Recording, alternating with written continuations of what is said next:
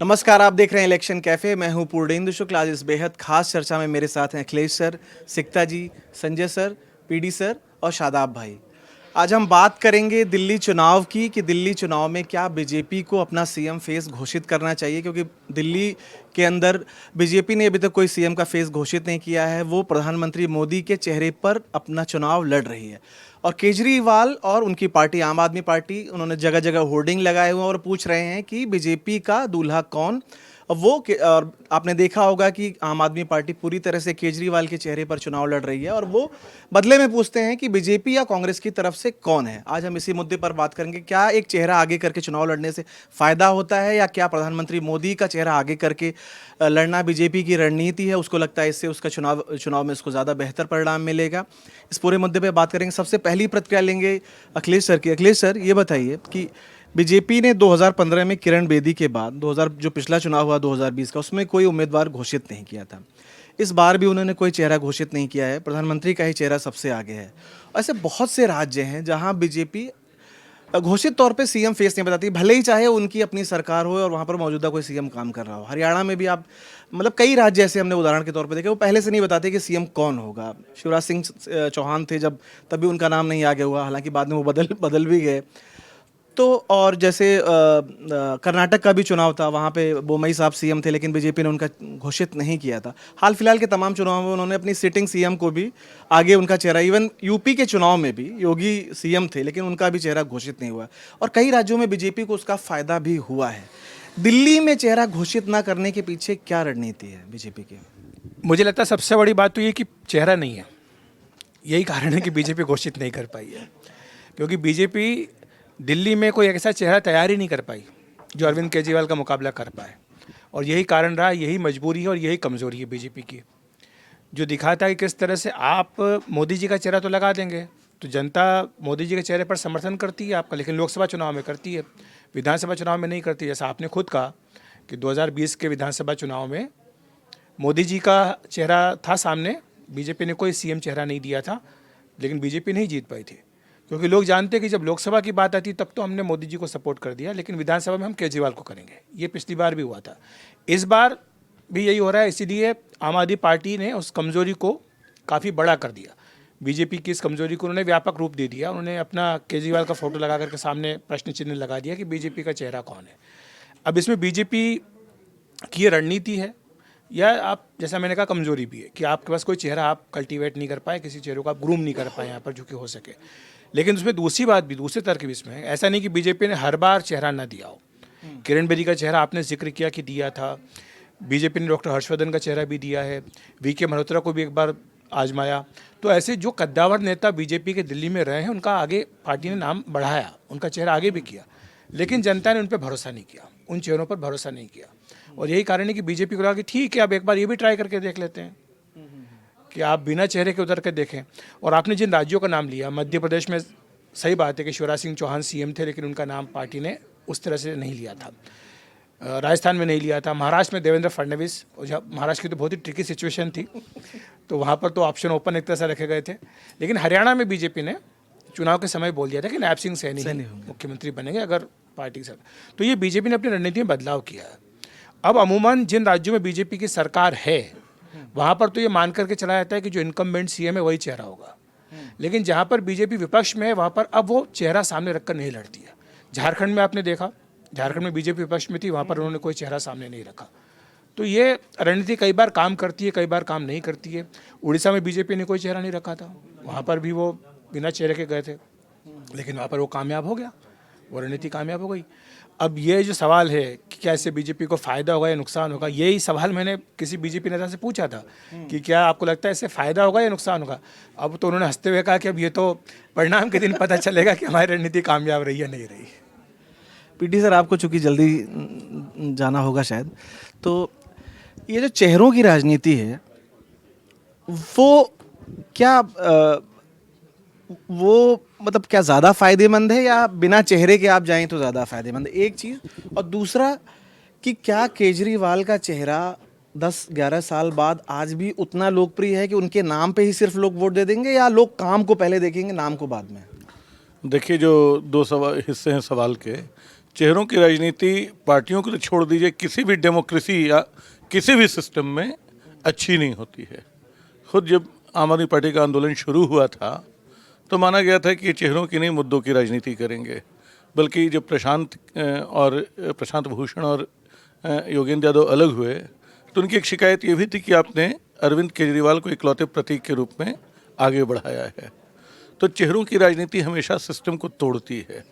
ये हमने मतलब कम्युनिज्म में देखें तो स्टालिन बहुत बड़ा चेहरा था, लेकिन स्टालिन अल्टीमेटली कम्युनिज्म के लिए एक बदनाम साबित हुआ। तो चेहरों की राजनीति कभी अच्छी नहीं होती है। आम आदमी पार्टी ने जो पहले 2 चुनाव जीते थे, केजरीवाल का नाम बहुत बड़ा हो गया था, लेकिन मुद्दों के आधार पर जीते थे। बीजेपी इन दिनों मतलब जो अखिलेश जी ने जो सवाल खड़ा किया, कहा कि यहाँ नेता नहीं है। क्यों नहीं है नेता? क्योंकि लगातार बीजेपी के भीतर क्षेत्रीय नेताओं को दबाने का एक काम चला इधर के दिनों में हम देखते हैं। जैसे महाराष्ट्र में अभी देवेंद्र फडणवीस का मुख्यमंत्री बनना लगभग पहले दिन से तय था, लेकिन उसको इस तरह अनिश्चित बना दिया गया कि वो तो कठपुतली हैं, केंद्र चाहेगा तो बनेंगे, नहीं चाहेगा तो नहीं बनेंगे। एक तो आप इस सिस्टम को देखिए, कायदे से होना तो ये चाहिए था कि भाई मुख्यमंत्री आप पहले से तय क्यों करेंगे। हमारी व्यवस्था ये बोलती है कि विधायक दल का नेता चुना जाएगा विधायक दल की बैठक में, तो कायदे से किसी भी राजनीतिक दल को ये काम नहीं करना चाहिए। केजरीवाल को तो और नहीं करना चाहिए क्योंकि वैकल्पिक राजनीति देने की बात करते थे, लेकिन वो बिल्कुल पहले दिन से शिखर पे हैं कि हम तो मुख्यमंत्री बनेंगे, हम तो मुख्यमंत्री बनेंगे। तो असली मुद्दा ये है कि चेहरों की राजनीति, और 10 साल में केजरीवाल के चेहरे पे वोट पड़ेगा कि नहीं पड़ेगा वाकई कहना बड़ा मुश्किल है, क्योंकि लोगों के भीतर इस बार असंतोष दिख रहा है। और इस बार कांग्रेस भी जो है थोड़ी ज़्यादा ताकत से लड़ रही है, जिसका नुकसान आम आदमी पार्टी को उठाना हो सकता है। इसके आकलन तमाम लोग करते रहे हैं। हालांकि तब भी अंततः मतलब चेहरा पीछे छूटेगा अगर मतलब जो बिल्कुल जिसको हम बोलते हैं झुग्गी झोपड़ी वाली राजनीति है, अगर वहाँ कोई उम्मीद पैदा होगी, अगर उनके भीतर भरोसा होगा कि ना अभी भी केजरीवाल हमारे नेता हैं या नहीं, बीजेपी शायद इस बार हमारे लिए कुछ करेगी, तो उनके कच्चे मकान पक्के होंगे या नहीं, उनके घरों में पानी आएगा या नहीं, ये शायद प्राथमिक मुद्दे होंगे। चेहरों की राजनीति पीछे छूट जाएगी, रेवड़ियों की थोड़ी आगे भले बढ़ जाए। सिक्ता जी, ये जो सर ने सवाल उठाया, पीडी सर ने, कि वो केजरीवाल का चेहरा काम करेगा या नहीं, इसको कहना मुश्किल है। अच्छा, आप बीच में कुछ बोल। अच्छा, ये जो रेवड़ी की बात की ना उन्होंने, तो रेवड़ी तो एक तरफ थी, अब तो रेवड़ी से भी एक कदम आगे बीजेपी निकल गई। उसको तो तिलकुट आप बोल सकते हैं कि तिलकुट बनाम रेवड़ी हो रहा है ये। तो आप तो भी जायज़ा लेके आई हैं, कुछ विधानसभाओं के आपने दौरे किए हैं, क्या आपने क्या फील किया कि केजरीवाल की लोकप्रियता 10-11 साल पहले जो थी उसमें कुछ डेंट लगा है, या अभी भी वो उनका नाम आगे करने से आपको वोट मिलने के चांसेस ज़्यादा हैं? जिन इलाकों में पूर्णेंदु में गई हूँ वहाँ पर काम को लेकर दिल्ली सरकार के कामकाज को लेकर बहुत सवाल उठाए जा रहे हैं कि आखिर हमने 2 बार उनको चुनकर सरकार बनाने का मौका दिया, तो ऐसे में वो ज़मीन पर काम क्यों नहीं हुए हैं। तो उसका खामियाजा तो जाहिर तौर पर आम आदमी पार्टी को उठाना पड़ेगा। लेकिन जो बात चेहरों की कर रहे थे अखिलेश की, बीजेपी की ये कमज़ोरी है या रणनीति है, वह वक्त बताएगा।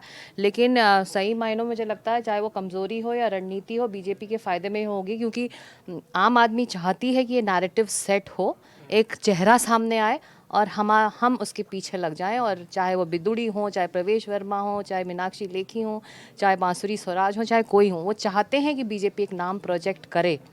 तो भले ही वो कमज़ोरी है, बीजेपी ये नहीं कर पा रही कि नाम क्या हो, मनोज तिवारी हो, कौन हो, तो इसके लिए इसमें तो फ़ायदे में रहेगी बीजेपी, क्योंकि अब आम आदमी पार्टी को मौका नहीं मिलने वाला टारगेट करने के लिए बीजेपी के उस चेहरे को।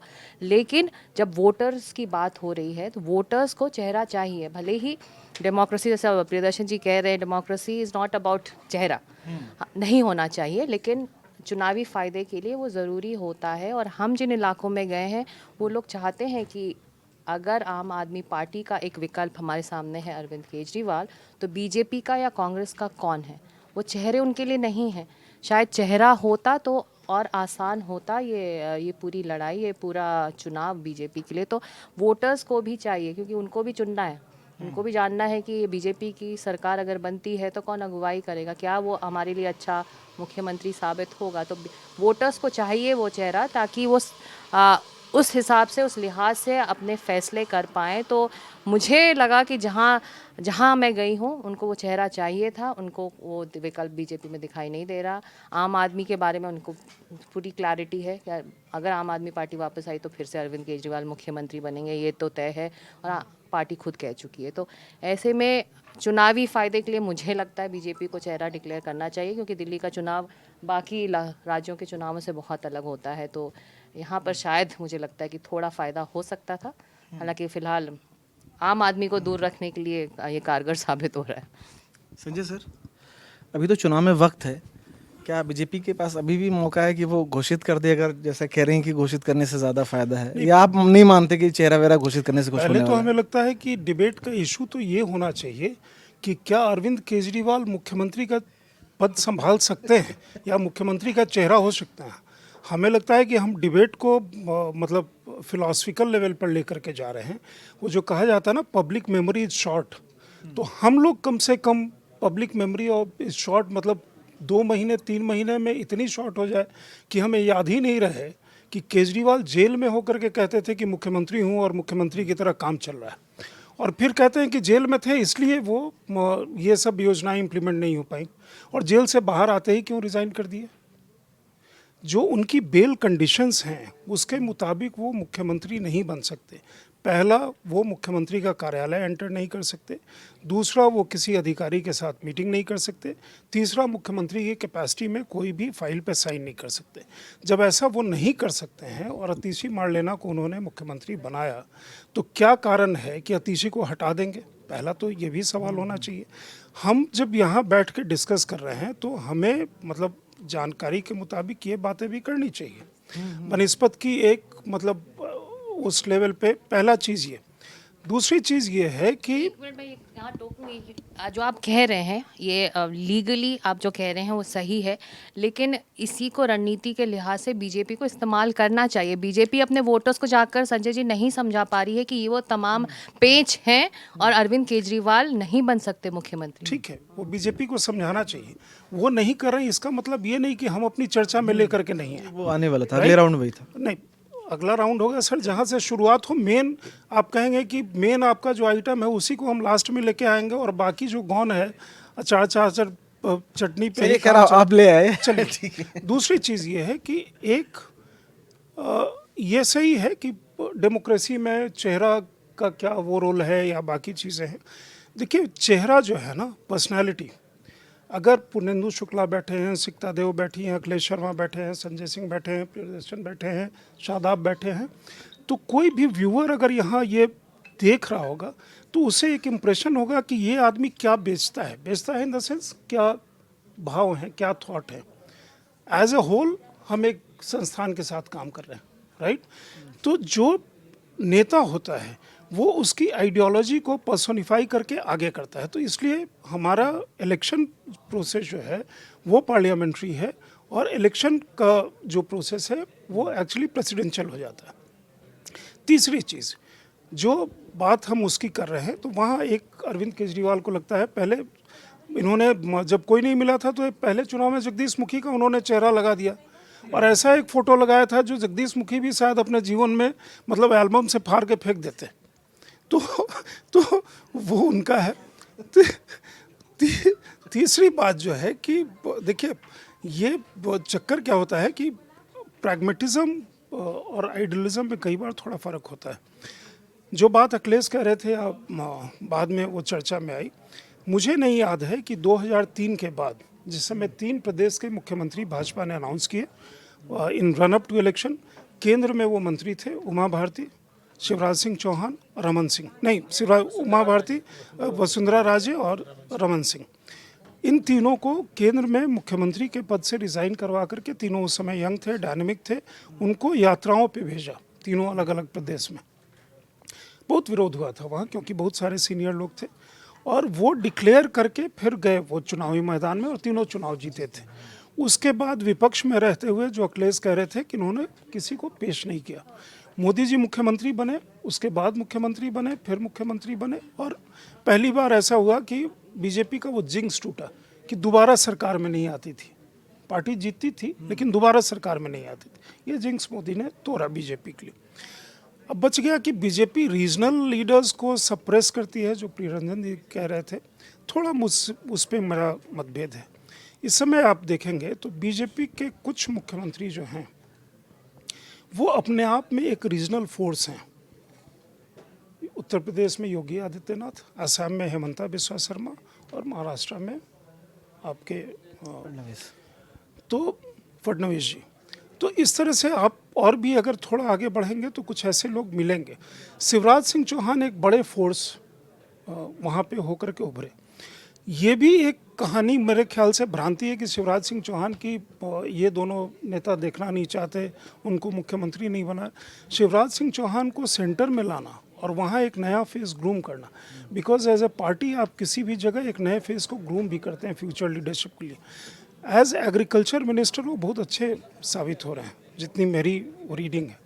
अभी भी कल जो पंजाब में वो मतलब जो इनिशिएटिव पे जो चीज़ें हुई, केंद्र के इनिशिएटिव पे एक बड़ा जो माहौल मुश्किलात पैदा कर रहा था या अच्छा संदेश नहीं दे रहा था, वो भी एक उससे वो टूटा है।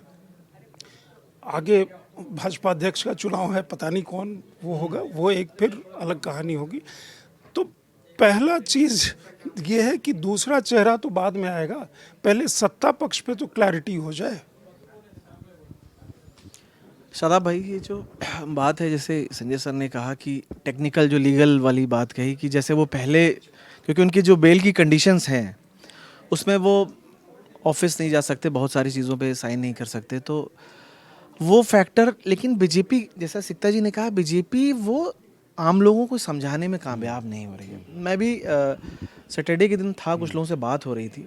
जो महिलाओं को बीजेपी ने 2500 रुपये का वादा किया है, आम आदमी पार्टी से 400 रुपये ज़्यादा।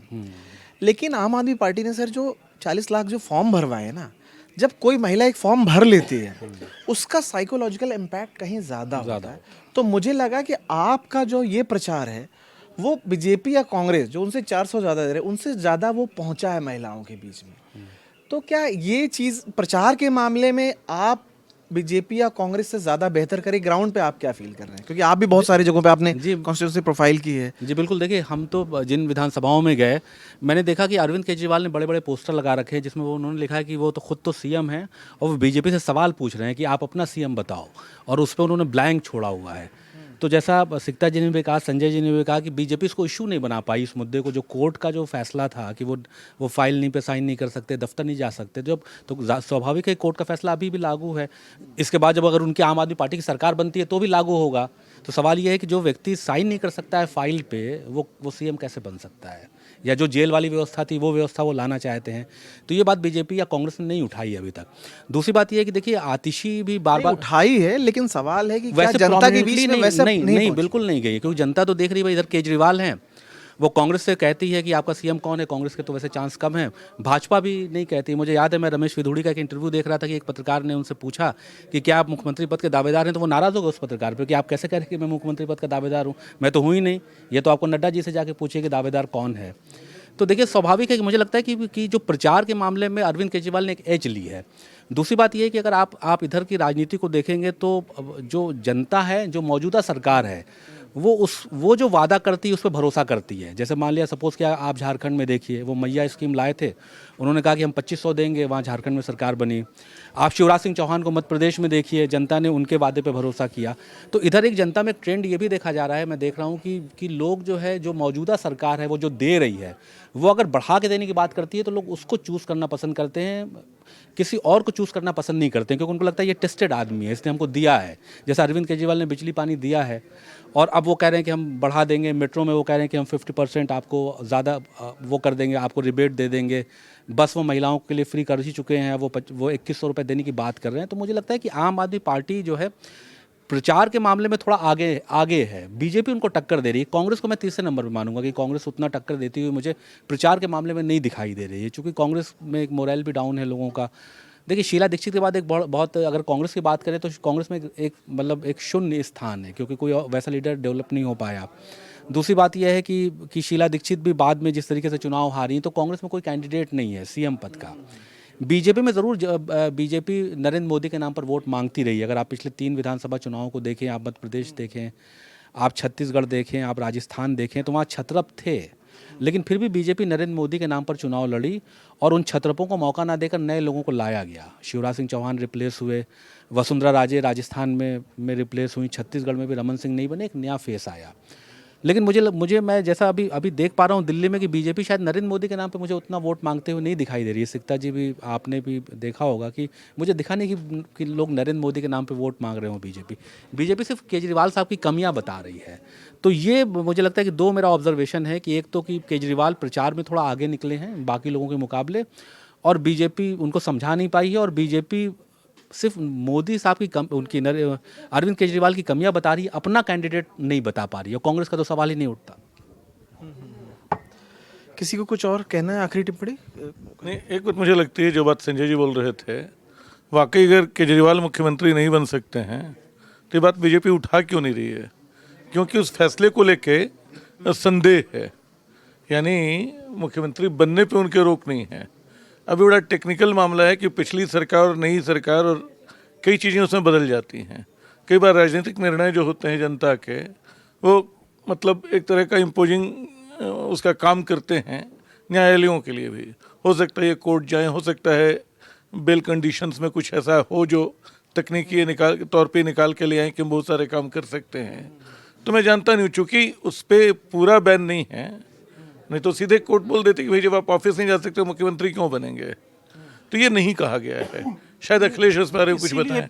केजरीवाल जेल से बाहर आते ही रिजाइन किए। क्यों? जेल से बाहर आते ही रिजाइन किए ना। जेल में उसमें एक चीज़ मुझे और भी लगती है, मतलब मैं गलत भी हो सकता हूँ, मुझे लगता है जो बीजेपी जिस तरह से शीश महल वाला मुद्दा उठा रही थी ना, हो सकता है केजरीवाल की स्ट्रेटजी रही हो कि वो उस मकान में, चूँकि वो उसी मकान में रह रहे थे, तो उनको लगा अगर मैं पूरे कैंपेन के दौरान उसी मकान में रहूंगा तो ये मुद्दा और बड़ा बनेगा, इसलिए भी हो सकता है उन्होंने रणनीतिक। अरे सर, हाथ कंगन को आरसी क्या पड़, कहाँ आप, मतलब ये तो आम आदमी पार्टी के भी लीडर्स की थॉट में नहीं आया है जो आप बता रहे हैं। मतलब हाथ कंगन को आरसी क्या, पढ़े लिखे को फारसी क्या, आप इस लाल को अगर काला कहें और इस काले को लाल कहें, ये तो ऐसी वाली बात होगी।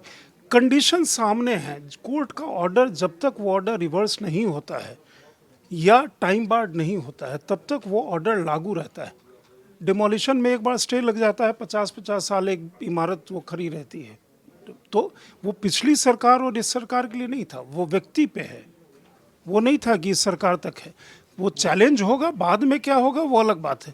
लेकिन आप तो कमाल की थ्योरी एक लेकर के आए हैं कि केजरीवाल साहब के इस थॉट में आ गया कि वो वहाँ चले जाएं और जा करके अतीशी को बना दें, और अतीशी भी उस घर में जा करके फिर रोना रोए कि हमें 2 बार घुसने नहीं दिया गया, सामान लेके फेंक दिया आपका गया। विचार अलग हो सकता है, लेकिन शीश महल उनकी एक दुखती रग थी। सर, मुझे दुखती रग लगता क्या है कि उनके- वो उस घर में दुखती रहते रग- हुए वो कैंपेन और अरे बड़ा वो होता। दुखती रग नहीं है, केजरीवाल केजरीवाल निकलने के से- चरित्र का प्रमाण है वो, कि ये आदमी कितना नहीं, अब ये दोहरापन करता प्रमाण है। तो खैर एक अलग चीज़ है, उसको जांच का भी विषय है उसमें कि वो क्या है, वहाँ सोने का टॉयलेट है कि नहीं है, या वो जैसा कह रहे हैं कि कोई स्विमिंग पूल नहीं है, कोई मिनी बार नहीं, खैर वो। अच्छा, एक सवाल ये है कि जो बीजेपी की जो बात हो रही थी यहाँ पे रणनीति की, कि जो बीजेपी ये जो मुद्दा नहीं भुना पा रही है, जो कि केजरीवाल नहीं रहेंगे, टेक्निकल इश्यूज, जैसे आपने देखा एलजी साहब को, वो ज़्यादा बड़े स्टार कैंपेनर के तौर पे उभरे एलजी पे रहते हुए, जिस तरह से उन्होंने केजरीवाल को घेरा, उनकी नीतियों को घेरा, कई बार जाकर के वो गंदगी दिखाने लगे, या बहुत सारे इश्यूज़ को लेकर के वो बहुत आगे बढ़ के उन्होंने एक इंटरव्यू भी दी और बहुत खुल के वो किया।